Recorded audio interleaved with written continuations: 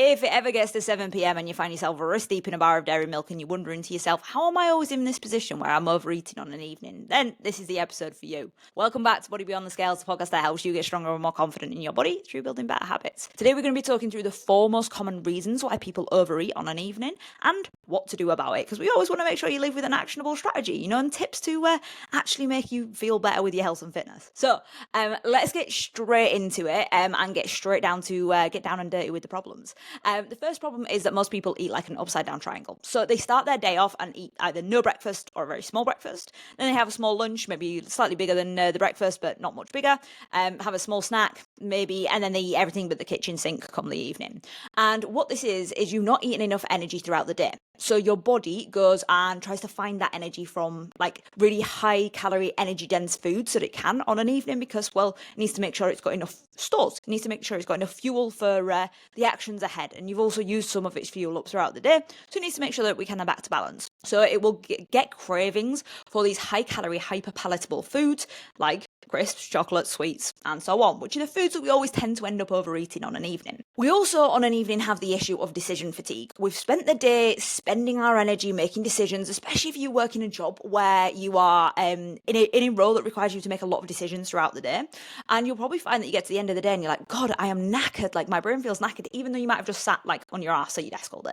So we have decision fatigue. And then when we go to making decisions around food, we're going to make poorer quality decisions if we're hungry. And again, we're just going to go for those things that we know are going to give us instant energy, which tend to be the foods that we always end up overeating on an evening, and then we end up feeling like we've got a willpower problem. So really what this is about is making sure that we have a more even structure throughout the day when it comes to your calories. So rather than an upside down triangle, we want it to look like a rectangle. So we want to have a bigger breakfast, which typically is the area that most people go for a small meal at, but we want to go for a bigger breakfast. We then want to have a even sized lunch, ideally, an even sized snack, and an even sized dinner. Now you can make small changes. It can be a bit of a wibbly wobbly rectangle if you want, but nonetheless, I want it to be as even as possible throughout the day. And if we do this, it just means that your energy is nice and even. You feel stable throughout the day as well, and you're not getting to 7 p.m. and thinking, "Oh, I've not eaten all my calories today," or "Oh, I've not got like your body's trying to compensate by 7 p.m." So it's just really helpful just to eat as evenly as possible instead of the upside down triangle. If you take anything away from this episode, take that away, because that is usually the thing that most people are getting wrong. Is that they're trying to eat like an upside down triangle and save their calories for an evening, which is actually just exacerbating the problem. The second thing is a habit loop then. So when we're trapped in a habit loop and we've just always habitually eaten on an evening. So say, for example, you associate your childhood or like even your teenagehood with getting back from school, sitting down on an evening, you have your dinner and then you sit and have pudding and then you sit and have some extra things after that. That was my childhood. And then you just always find that habitually you're eating on an evening. You might also find that like you're doing this just over and over, and you're like, I'm not even thinking about it. I'm just literally just going and grabbing the chocolate because we sat in front of the TV and because that's what we always do. And it's just a habitual pattern. If this is the case, I want you to do some journaling on this and really get into the idea of why are you eating on an evening and why are you habitually eating? Because if we kind of address the other things, but the habit is just still there, then this is the thing that will kind of just stop you and will leave you scratching your head. So the first thing that I want you to kind of journal on, or at least just think about, is why is this habit serving me? What am I actually benefiting from eating on an evening? Because there's a reason why you're doing it. Habits are reinforced because we get a benefit from them. So what's the reason that you're currently doing this? Why are you overeating on an evening currently? Why are you having these snacks on an evening? Is it because it keeps you entertained whilst you're watching the TV? Is it because you want to feel like you've had a treat at the end of the day? There was a quote there if you're not watching this. But if you feel like you want to have a treat at the end of the day, what is it? What's the reason that you're having those foods? Like, what's the driver behind it? And why is it serving you? So what's it giving you that why are you doing this habit? The next thing to ask yourself is, all right, well, now we know why it's serving you. Why is it not serving you? So why do we want to change this habit? What will we benefit from if we change that? And what's stopping you from doing this? So let's say, for example, you're like, right, I know I'm doing this habitually because I have always done this, but actually it gives me a sense of relief. It gives me a sense of comfort. It gives me a sense of like, I know what I'm doing. Like I have my evening, I just sit down, I have some chocolate. It helps me relax. I put the film on. If you're in that cycle, then we know why it's serving you. Now we want to know why it's not serving you. Well, actually, it's leading me to overeat on an evening. I'm having more calories than like I'm expending throughout the day. Therefore, I know I'm in a calorie surplus. It's not helping me there. It's not helping me with my weight loss goals because it counteracts what I'm doing. So all of these things, we're now getting a good idea of why it's not serving you. We've kind of effectively created a pros and cons list of your habitual like overeating on an evening. Then the next thing you can say is, okay, well, if it's serving me, what's it giving me? So it's giving me comfort on an evening. It's giving me entertainment. All right, what's an alternative thing that I could do, that I can do on an evening to satisfy that need? So let's say that you want to be entertained. Okay, well, you're currently watching TV. Is that not entertaining enough? No, actually, we want to do something that you feel more immersed in. Oh, well, okay, can we try and do in a paint by numbers? Can we try colouring in? Can we try playing a game? Like, what is it that makes you feel immersed? I often find as well that it's a lot easier to be immersed in something that doesn't involve a screen and doesn't involve something digital. If I am watching TV, it's very easy for me to pick up my phone and I'm scrolling and I'm on the TV and I'm scrolling and I'm on the TV, then I hand my gun to chocolates, and you're not paying attention to anything that you're doing. You're like almost like splitting your attention across 3 different ways. And that's not really helpful for anything. So once you've found something that you can be immersed in, that's really useful for going forwards and going, all right, what are we going to do now? And then coming up with a few alternative strategies of what you could do that will actually make it a lot easier for you to do something to satisfy that need that doesn't involve you overeating on an evening. And the final thing that you can do in this position is prime your environment. This is so underrated. If you've got chocolate lying around everywhere and you usually find that you're overeating on chocolate on an evening, but you're constantly seeing this chocolate, if we're pairing the idea that you're going to probably have decision fatigue by 7 p.m, 8 p.m, you're going to be charging for that chocolate super easy. You're not going to be thinking, do I have the chocolate? Do I not have the chocolate? Of course you're having the chocolate. So if we're not seeing it, we're not being triggered by it, that's a lot easier not to overeat on it if we're not thinking about it in the first place. So put your chocolate away. Put it out of sight, out of mind. Back of cupboards, back of fridge, like wherever it needs to be, if you put chocolate in the fridge. Although I will say in summer you can put your chocolate in the fridge. We're having a big issue with the chocolate melting at the moment, so it's in the fridge. But yeah, get it out of sight, out of mind, so you're not having this issue where you're constantly going for it, and you're not having this issue where you're constantly like, oh, where's the chocolate? So out of sight, out of mind, job done, environment primed. And if you're finding this whole episode useful so far, make sure you subscribe to the channel, make sure you drop us a follow, because this is the kind of content that I'm sharing where we're releasing a new episode every week, and I wanted to make it as easy as possible for you to lose weight and keep it off. I want to give you practical and actionable strategies for that. I don't think enough people are doing that. I think they're telling you the reasons, but they're not actually giving you strategies to put into practice. And we all know that like habitually we need to change our behaviors if we actually want to make long-term change. Yeah, make sure you subscribe. So let's go on to reason number 3, the stress carrier. Stress eating is such a common thing, and I sometimes think that people don't even realize that they're doing it because of stress, and this kind of ties into the habit, and it ties into like the habitual loop. So if you feel like you are a stress eater, it might be worth doing the habit journaling as well, just to make sure that you've got like all bases covered. So with stress eating, we tend to find that we have like one common trigger, or like we have a couple of common triggers, and they fall usually within this acronym called BLAST. So if we're bored, which obviously we've covered boredom eating, that's usually when it's coming up habitually. If we're lonely, if we're angry, we're stressed/sad, or we're tired. And all of these reasons can lead you to stress eating or emotional based eating.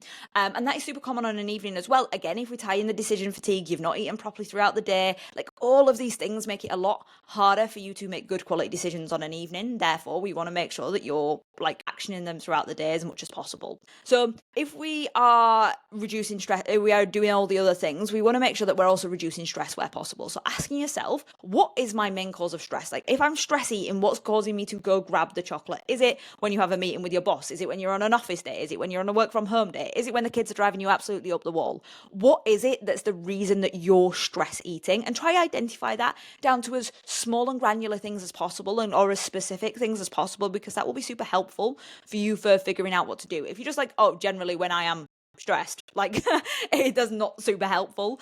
Like if you can get like more specific, that's sometimes helpful for just knowing, okay, I'll probably get stressed in this situation, so I can have strategies in place. So one thing to do is just relieve as much stress as possible before you enter your evening. And especially if this is coming on a work day, this is a super easy thing that you can just habit stack onto the end of your day, so that you're not going into the evening feeling like you're on full stress mode. So when you finish for the day, whether you're working from home or I was going to say working from your car, but it's just because the tip ends in your car here.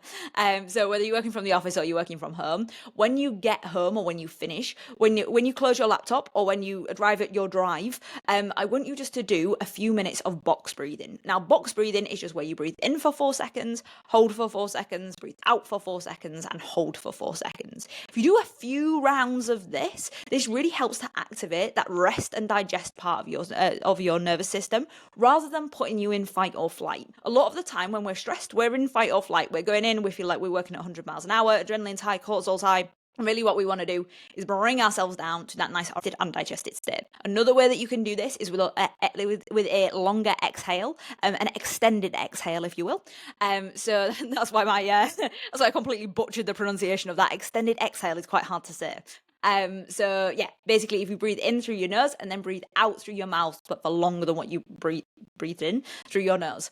So yeah, if you do that, that will really help to just, again, activate this rest and digest part of your system and bring you into this rested state. So we're not going into the evening on high stress, on high alert. You can do that as soon as you close your laptop, as soon as you get in the car, or as soon as you arrive at home. Just do that before you kind of move into that next environment or move into that next part of your evening. Another thing you can do is journal. So just do 5 minutes, just dumping what you've done today, or like dumping what's in your head, what's on your mind. Again, just to relieve that stress, just to make it that little bit easier for you to go into the evening and feel confident about navigating the rest of the day. And just really getting you out of fight or flight. And that really just stops you from being stress carrying into the evening and just not being feeling like you're operating at this rested state. You're just running around and heads on full alert. So on to the final reason then. This kind of goes back to food. And again, this rounds back to that original reason of like basically eating in a funny order throughout the day. And this is where we basically associate calories with fullness. Now, eating the right amount of calories and being full are two different things. You can eat the right amount of calories, but if you ate it in, say you're eating 2,000 calories, you could eat 4 chocolate bars and you've eaten over 2,000 calories there, but you're not going to be full from eating that. You probably feel quite crap actually, but but if you ate if you ate 4 chocolate bars, you're not going to be full from that, really. So what we want to do is understand what keeps you full. And fullness comes from 2 things, protein and fiber. Protein is, when it gets broken down, it takes longer to break down, so it stays in your stomach for longer, which therefore means, because it has that longer rate of gastric emptying, means that you stay fuller for longer. Fiber, again, doesn't really get broken down. It gets broken down in some capacity, but not really that much. And that, again, stays in your stomach for longer. It takes longer to digest, therefore you stay fuller for longer. We really like these things. We want to stay fuller for longer because that means that you're less likely to overeat. And it means that you're also not going to be getting like 2 p.m. cravings when you eat your lunch at 1:30. So finding ways that you can just stay fuller for longer by eating more protein and more fiber. If you would like numbers to aim for in this situation, then protein, I'd say aim for around 1.5 grams per kilogram of body weight, or start off with 100 grams per day and work your way up. And then for fiber, aim for about 30 grams per day. But again, see what you're currently doing and work your way up from there. There's no point going from 0 to 100. Your guts will not like you. The other thing to do is think about eating those at every meal time. So breakfast time is usually the time that people forget about, especially with protein. So start thinking breakfast, where can you get more protein in? Few easy examples. Protein powder works well. Yogurt. Greek yogurt especially, protein yogurt works well as well. You could have it at lunchtime, thinking about fish, lean meats, anything that's like white meats in particular tend to be quite good. If you are vegetarian or vegan, tofu works really well. Like protein products, so like corn products work really well. So anything like that, getting that protein in. And then the second thing that you want to be thinking about is that fiber. So is there a source of fruit that can go with this? Simple with breakfast. We could go for something like a yogurt bowl. So we could go for Greek yogurt. Bonus points if you go for like the 0% fat, like Greek yogurt, because that'll keep the protein high but calories low, especially if you're trying to lose weight. So yeah, if you can do that, that would be a good breakfast. Put some granola in there. Make sure you measure out your granola. Add some fruit to that. Add some berries to that if you can. Get some micronutrients in there as well. So yeah, some nice antioxidants in there, and jobs are good. Like you're good to go for your breakfast there. You could do something like a protein porridge bowl. That's why I have basically like a protein cake bowl thing on a morning. Protein powder, oats, bit of baking soda, and then I'll throw some fruit in there. I'm going for mango at the moment. It's mangoes or strawberries. We're really in the summer season. And then, yeah, just making sure that you're in a good position with like getting in your fiber and getting your protein in the breakfast. Lunchtime, as I mentioned, fish, meat, tofu, corn products, whatever you need in there. And then adding in some fruit, vegetable salad, anything like that. That works really well. Same on a dinner time, and then snack time. Again, think about those breakfast things. There's no reason why you can't repeat a breakfast food as a snack. Fruit and yogurt works fantastic as a snack on the afternoon. So thinking about getting that protein up throughout the day and thinking about getting that fiber up throughout the day will be really, really helpful. So those are the four most common reasons why people overeat, and hopefully you have found those strategies like actually actionable and useful to kind of put into place. Let me know in the comments if you have any other reasons why you feel like you overeat on an evening, and we'll talk through action plans if you need, you need a little bit of assistance with building those out. But otherwise, just make sure that 1, you're eating enough of total food throughout the day. 2, you're looking at those habitual reasons why you might be eating. If you're overeating on an evening because of a habit, think about addressing that. 3, think about removing that stress or reducing that stress at least when you finish work. And then 4, understanding fullness. And if you do all of those things, you'll no longer be relying on willpower on an evening. You'll actually feel like you have some structure in your day. So yeah, let me know what you found useful, and look forward to seeing you in the next one.